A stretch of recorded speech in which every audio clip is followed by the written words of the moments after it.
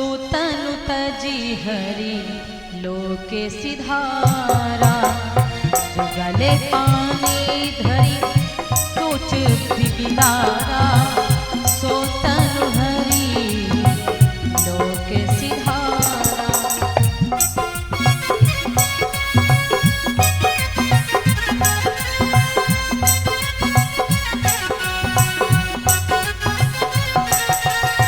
कि जो गले पानी धरी चोच बिदारा, सोतनु तजी हरि लोक सिधारा। भे हर सीत हिय ग्वाले पाले गन, बरसत पुहुप देव ऋषि मुनिगन। भे हर सीत हिय ग्वाले पाले गन, बरसत पुहुप देव ऋषि मुनिगन।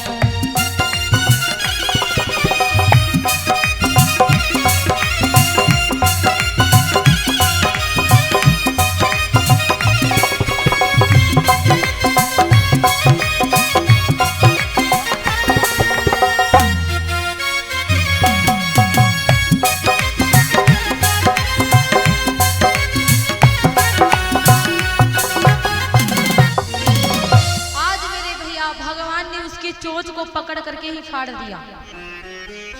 जैसे उस राक्षस के चोंच को पकड़कर फाड़ा तो उसमें से दिव्य पुरुष निकला। और जब दिव्य पुरुष निकलता है भगवान को प्रणाम करता है, भगवान की प्रार्थना करता है और परम धाम को सिधार गया। भगवान ने अपने हाथों से जितनों को मारा, भगवान के हाथ अंते उतर ही जाते हैं। आज सारे देवी देवता पुष्पों की वर्षा कर रहे हैं, फूल बरसा रहे हैं। धीरे धीरे समय व्यतीत हुआ। कहा जाता है कि जब भगवान के ऊपर फूलों की वर्षा हो रही थी, उस समय श्री नारद जी महाराज आए।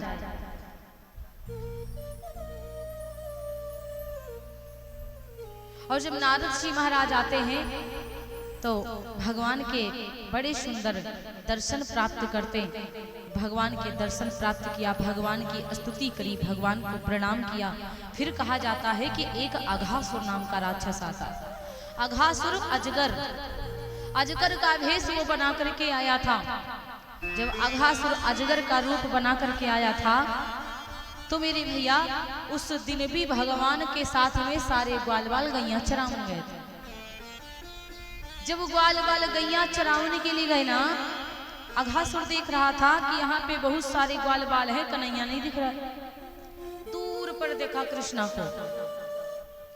जब भगवान श्री कृष्ण को बड़ी दूर पर देखा तो उसने दूर से ही क्या किया, अजगर का रूप बनाया और रास्ते में लेट गया। जब अजगर का रूप बना करके रास्ते में लेटा तो अपने मुख को फाड़ता है, मुख को फैलाता तो ऊपर का तला आसमान में लगाया, नीचे का पृथ्वी पर लगाया। दूर से बिल्कुल गुफा जैसी लग रहा। अपनी जीभ के ऊपर पेड़ पौधे दूब घास हरी हरी सब जमा देता है अपनी माया से। जब अपनी माया से उसने दूब घास सब अपनी जीभ पर जमा दिया तो ग्वाल बाल अपना गैया चराते चराते उसी के पास में आए। गैया चराते चराते ग्वाल बाल जब उसके पास में आए तो ग्वाल बाल कुछ कहने लगे, ओ भैया देखो देखो ये क्या है। एक मधुमंगल नाम का राक्षस था। एक मधुमंगल नाम का भगवान का मित्र था, सखा। मधुमंगल बोला कि तुमको नहीं पता है, तुम नहीं जानते हो। अरे भैया, अरे आपको पता है ये गुफा है, गुफा। यहाँ पे तो संत रहते हैं। गुफन में, बड़ी बड़ी गुफान में ना संत आवे, संत रावे। एक और साथी था श्री दामा, बहुत सारे ग्वाल बाल थे। तो उन्होंने कहा कि संत आवे तो चलो हम सब दर्शन पावे इसके अंदर जा करके। गुफा के अंदर चलते हैं, दर्शन पाते हैं।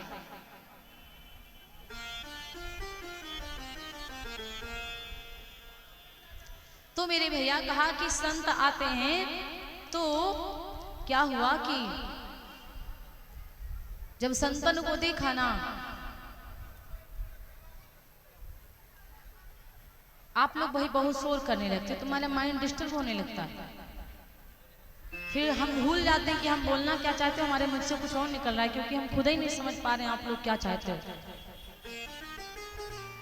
ओ भैया बैठ जाने दो ना, बैठ जाने दो, काहे के लिए लड़ाई कर रही हो? हाँ ओम फो, अब देख, अरे दैया कथा में बैठी लेकिन लड़ाई करना बंद है। का कथा सुनती हो माता? अरे बैठ जाने दो दादी अम्मा।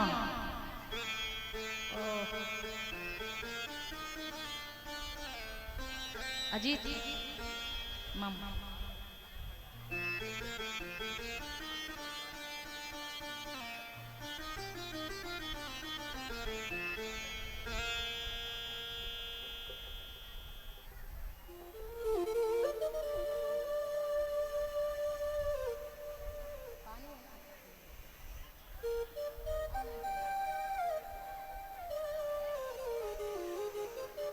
देखिए, आप लोग लड़ाई नहीं करिए, बैठने के लिए ऐसे महाभारत कर दोगी का?